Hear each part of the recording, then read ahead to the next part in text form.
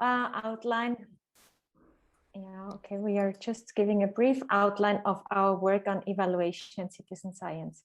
So I'm Barbara Kieslinger, and then my colleague Teresa will also speak. We work for the Center for Social Innovation in Vienna, Austria.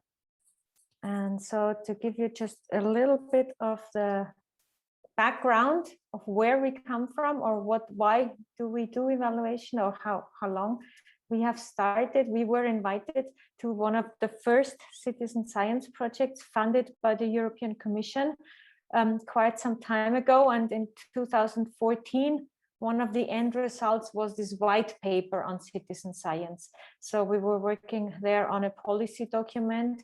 And that was also for us pretty new concept then. But since then it has evolved quite a lot. And so for evaluation, we then developed in another context a framework, which we will present a bit more in detail on how citizen science can be evaluated. And we also applied it in practice in some of our projects. For example, one that was on air quality with people putting sensors in their houses or outside their houses. So we go from policy to theory and to practice, what we cover in our activities on evaluation. And when we look at what is already out there in terms of evaluation, there are different frameworks, when adding frameworks to it. There are frameworks, for example, one is this logic framework model that comes also from a different area where people look into the activities, what is the outcomes, what is the output and longer term output. So it comes more from developmental policies. Another aspect that is very much covered already in citizen science is looking at, in terms of evaluation, is looking at learning output. So quite a lot of people already applied a framework that has been provided by American colleagues on how to evaluate specifically the learning outcomes of citizen science. What do people learn when they participate in citizen science? And we have also recently come up with a publication where we summarize a little bit the different aspects, where we give an overview of what is already developed and a little bit also an outlook on what is at the moment still, evolving, what are trends in evaluation.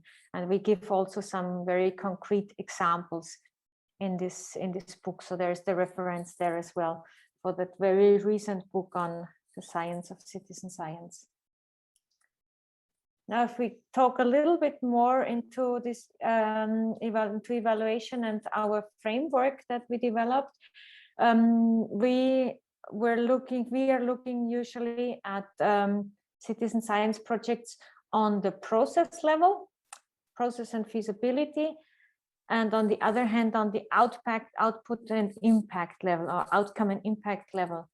So in the process and feasibility level, this can be used during the project or even as a planning tool to consider certain aspects of citizen science.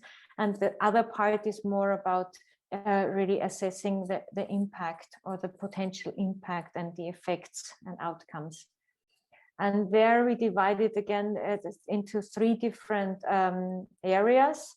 The one is the scientific part of it. So the scientific objectives of a citizen science project, and how the process is organized also in terms of sharing data, cooperation and synergies, and what are outcomes again.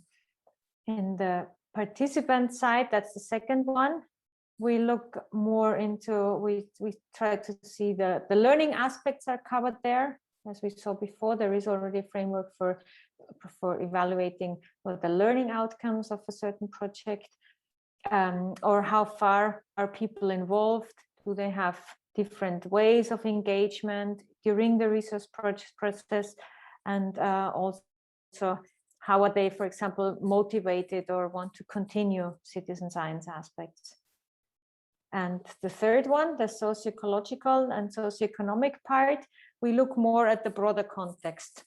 So, for example, can also other people who are not direct participants follow the project, and can they see the value of the project, or are there collaborations with other institutions, with NGOs or with policymakers that are in the context of this project? And what are the impact of this? So is it affecting society at all? Is it affecting our natural environment, or other economic benefits? Some projects even have economic benefits. And for all of these, we defined questions to ask, questions that would give you indications of whether this is the case or not.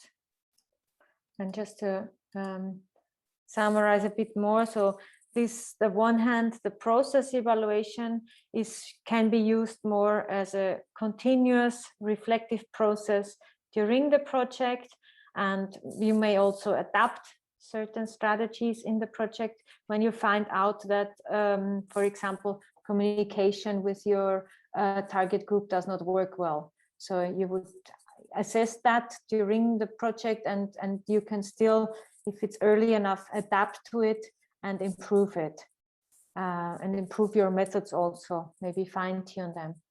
And for the impact part, it's really more looking about the outcomes and the impact. And often it is also not so easy in our projects. They're often financed for 2-3 years, and sometimes the impact comes much later. So we're also trying to think about indications or possible logical chains that would say, yes, that's an indication that this and that will happen, at least in the future, because maybe the time frame is too short to achieve it during the project runtime. So these are the broad two areas, and according to the 3 levels. And Teresa will talk a bit more about these 3 dimensions there. Hello. So what we did is we looked in how far citizen science projects that already exist have already evaluated one of these dimensions, like the scientific or dimension, or the individual learning dimension, or the broader dimension. And I will give examples here, because then it might become more clear what is meant by evaluating, for instance, the scientific dimension. What are indicators that are collected here? So for instance, if we want to look on the impact of a project on the scientific level, one of the most often indicators that we find is this number of scientific publications.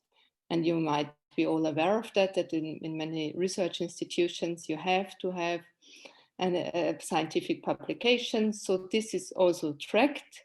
So do citizen science projects have result in scientific publications? And we see that this is the case, and especially in the field of more the natural sciences, we find a lot of a higher number of scientific publications, like in ornithology, astronomy, but also but also in projects that happen on digital platforms like Galaxy Zoo, for instance. We find lower numbers of scientific publications still in the humanities, but this might also be due to the fact that projects that have work in the humanities have maybe other priorities than just doing scientific publications. They might rather publish the outcomes in a newspaper or on the television or other social media to have a wider audience and to influence what's happening locally. Other outcome indicators that relate to the scientific dimensions that we find are, for instance, do the relationships between the society and the scientific community change, being more trustful? So is there more trust between these communities as they work together? Or is there if they start to analyze data together and scientific findings together, might there be new insights. There's a new capacity because there are several perspectives coming into this analysis. Or for instance, scientists, do they have increased science communication skills because they work with the public? So these are other indicators that could be looked at to see in how far citizen science has an impact on science. Then we have the participants dimension. This is the dimension where we look at the individual people that are involved in citizen science projects. And Barbara mentioned that the most important outcome here that we can find in literature is the learning outcome. So people learn about the topic of investigation, for instance, about bird life, if it's a birding project, or about air quality things. But they also learn about the scientific process, about, for instance, that there's a research question, that there are data collected, that these data are analyzed. So there are two types of learning. And this learning is often happening rather informally in the community itself, when the citizens start to talk with each other, or to start to talk with the scientists. And it can also be stimulated, for instance, via trainings, where the citizens receive training before they are involved in the scientific activity. And then there are, of course, more aspects related to learning. So if people learn, for instance, what about the air pollution in their region, and what is maybe the reason for this air pollution, and how they can fight against it, they might feel empowered. They might take more care for their own environment. They might increase their own activism. Yeah, and they might also learn about their own values and interests, in how far they are ready to change their behavior and so on. So these are additional things that can be looked at. And Barbara mentioned this evaluation framework for learning from our American colleagues. And we also have a direct link to this at the end of this presentation, where you can find very clear guidelines and also questionnaires that help you to set up this kind of evaluation. And then in the last dimension, Barbara, could you? Yeah, thank you. This is the most difficult one to evaluate, because here we try to look not only at individuals, but also at the regions they live in, the communities they live in. Does the project have any impact on that? And here we rather see that individuals who are involved in the project then take a step forward and become actors in their regions. So they act as promoters for the topic in their social networks. They talk about it, they try to motivate people. They might raise their political activities. They might altogether increase their capacity to react to things that are happening in their local community. And there are, for instance, very nice air quality citizen science projects, where we see already very nice results of this collection of air quality data that result in a really influence on political decisions, where new streets are built and so on, where we see that this results in increased discussions between the citizens and the political decision makers also, and in a higher sense of community. So these are aspects that we can look at in this dimension. And then we said what might be tools to evaluate the outcomes of your projects. And here, most often or very often, we find classical surveys that are distributed, for instance, to the participants, like I was referring to this learning outcome survey. We find interviews that are conducted with the participants, but also with maybe political decision makers who tell you if the project had an impact. We find, of course, the more playful approach of narrative interviews, where we not only have interviews, but also photos or storyboards. So we find kind of embedded assessment where the citizens, as part of their task, do, for instance, fill in a quiz, and then we can see, okay, when they fill in the quiz, we can see, okay, they understand now the topic better. Or we find also that some projects start to analyze the discussions of the citizens who are involved in their projects and see if they start to use wording that is related to this new topic. And if we can see that they use new terms that show that they have an increased knowledge. So there are different practices and tools applied. Okay, thank you, Teresa. And then just to wrap up our presentation, like here is just this example again of our project where it was a citizen science project on air pollution. And as you see there were people hanging up low-cost sensors outside their house or outside a school, and we were doing the evaluation there. So what did we look at? We looked at the effects that this had on their individual participants. So we sent them a surveys where we asked them in questionnaires or interviews before they did that and after that, and what changed for them. But we also looked at the effects on the region. And in some, it had quite some important effects because there was also a political impact. And with that data, it's one of our partners, they had created real impact and tried to change policy, so reducing traffic, for example. And we have summarized that in one of our papers there. But it was quite interesting to cover the different aspects there. In this project, and there were already many. I think we even in one of our conferences we met somebody from the Ukraine who was also building their own low-cost sensor for air quality measuring. Yes, and just to wrap up again, this is just what we would like to, if you want to dive deeper into it, some further resources that we can recommend.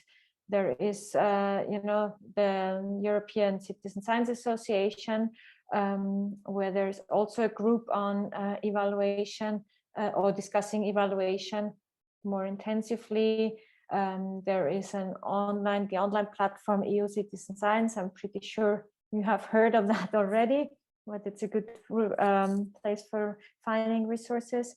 And then there are certain projects in the funded by the European Commission who are dedicated also to evaluation or impact assessment, like this MIX project. They are developing another evaluation framework right now, as far as we are aware, and they build also on the framework that we previously presented. And then there is the Inspires project, which is, again, it offers a self-assessment tool that can already be used. We have, again, what we mentioned before, the Cornell Lab guidelines for evaluating the learning outcomes for citizen scientists. And another project, which is the Action Project, which is, again, also developing or offering a toolkit and even masterclasses for evaluation. So, and I think that is already the end. And we're happy to share, of course, all the slides